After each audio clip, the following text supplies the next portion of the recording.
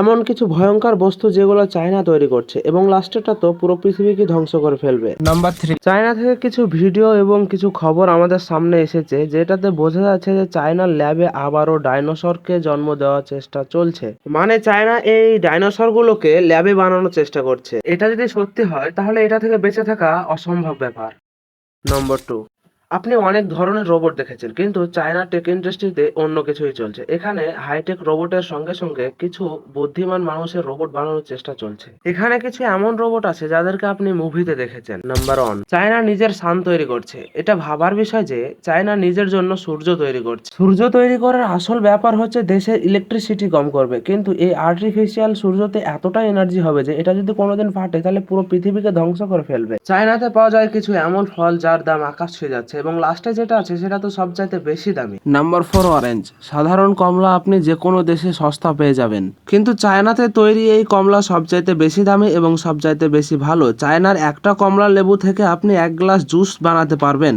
Number 3, sugar king. আপনি সাধারণ আখ অনেক দেখেছেন, কিন্তু চায়নাতে উৎপাদিত এই আখগুলোকে আপনি দেখেন যেটা এতটাই নরম যে হাত দিয়ে ভাঙতে এবং হাত দিয়ে ছিলতে পারবেন। চায়নাতে একটা আখের দাম 350 টাকা। Number 2, mango. আপনি সাধারণ আম অনেক দেখেছেন, কিন্তু চায়নাতে পাওয়া এই আমগুলো সবচাইতে বেশি ভালো, কারণ এই ধরনের আমে কোনো বীজ হয় না। আপনি এই আমগুলোকে খুব সহজে চামচের সাহায্যে খেতে পারবেন। Number 1, square watermelon. এমনিতেই এই ধরনের তরমুজগুলো জাপানে চাষ করা হয়, কিন্তু এই তরমুজগুলোর অনেক চাহিদা এবং অনেক দাম, সেই জন্য এই তরমুজগুলোকে চায়নাতে অনেক জোর দিয়ে চাষ করা হচ্ছে। এই সাপটাকে পৃথিবীর সবচেয়ে বড় ভয়ঙ্কর সাপ বলা হয়। এই সাপটার নাম হলো টাইটানোবোয়াস। টাইটানোবোয়াস আজ পর্যন্ত সবচেয়ে বড় সাপ। 50 ফুট লম্বা, 4 ফুট উচ্চতা। এর মোট ওজন হলো 4000 পাউন্ড।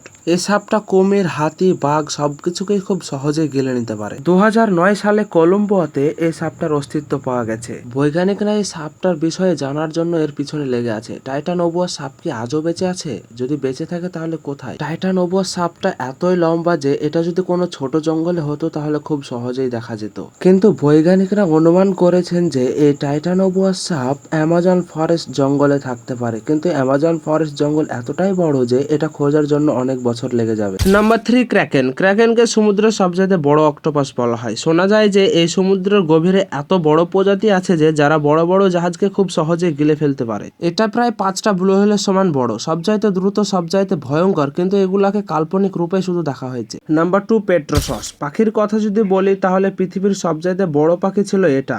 এই পেট্রোসস পাখিটা ডাইনোসর প্রজাতির। এই পাখিটার বডি 18 ফুট এবং ডানা 35 ফুট পর্যন্ত লম্বা, মানে দেখা গেলে একটা জিরাফের সমান। এই পাখিটা অনেক বেশি ভয়ঙ্কর এবং অনেক বেশি সাহসী, এতটাই সাহসী যে শিকার করার জন্য বাঘকেও ছাড়তো না। লাস্টেরটা দেখার আগে আপনি যদি কোনো ডিম থেকে বেরিয়ে আসা হাতি না হয়ে একটা বুদ্ধিমান মানুষ হন তাহলে ভিডিওটাকে লাইক করে চ্যানেলটাকে সাবস্ক্রাইব করুন। Number 1, Argentinosaurus. হ্যাঁ, আপনি ঠিকই শুনেছেন, এটা একটা ডাইনোসর প্রজাতি, কিন্তু এটা পৃথিবীর সবচেয়ে বড় ডাইনোসর, কিন্তু এটা এতটাই শান্ত যে সবসময় নিজের খাওয়া নিয়ে ব্যস্ত থাকে।